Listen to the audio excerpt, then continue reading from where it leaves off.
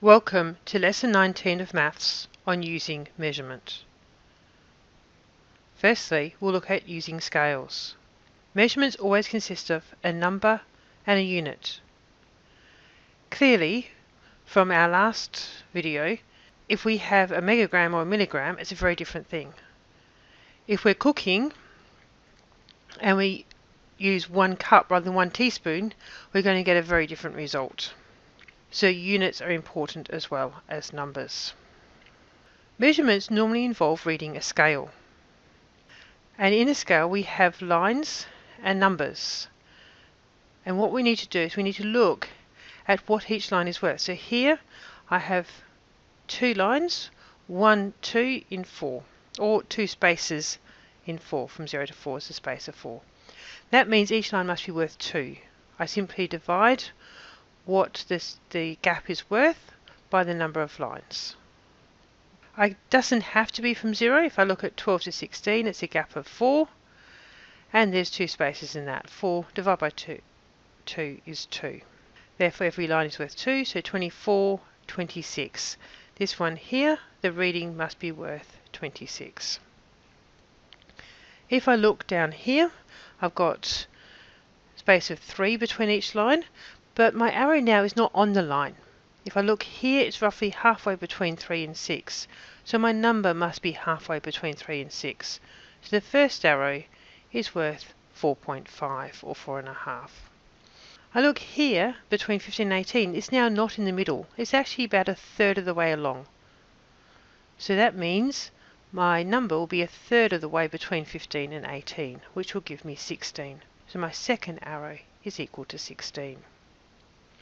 Let's have a look at an example. How long is this line? Well, the first thing I notice is it's starting at 1, not 0.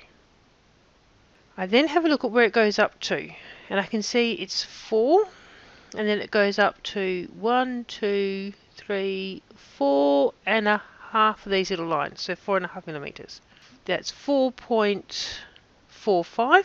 I need to take away this one here from the beginning, and so my line is 3.45 centimeters, because each of these is 1/10 of a centimeter. Now I know also that there's 10 millimeters in every centimeter, so 3 centimeters is the same as 30 millimeters. So I can times that by 10 to get my millimeters.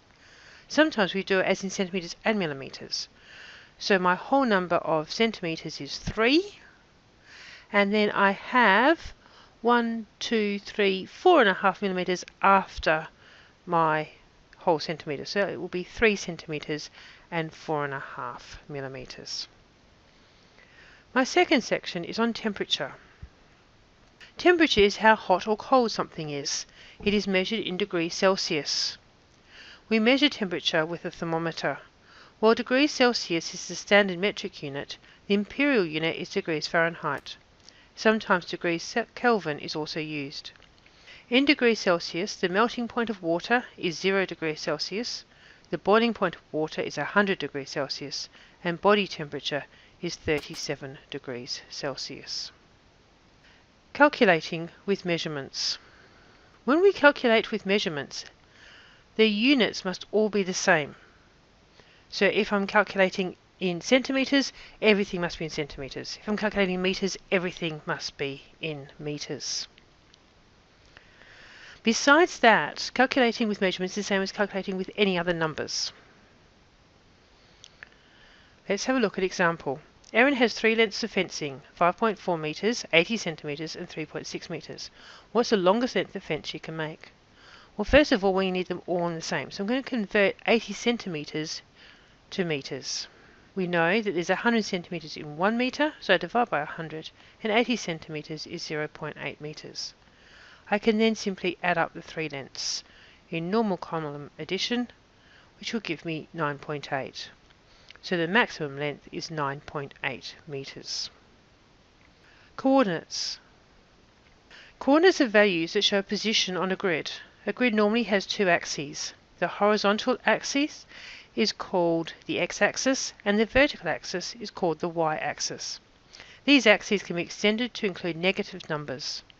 The point where the axes meet is 0, 0 and is called the origin.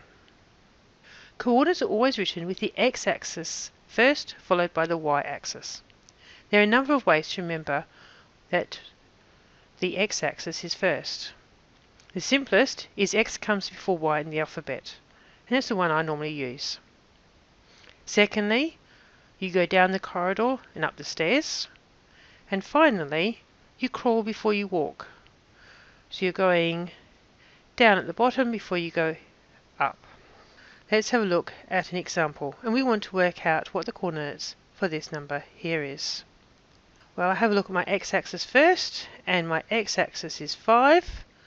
My y-axis going across here is between the 2 and the 3, so that's about 2.5. So I write that in this way, in brackets, x first and then y, 5, 2.5. Bye for now.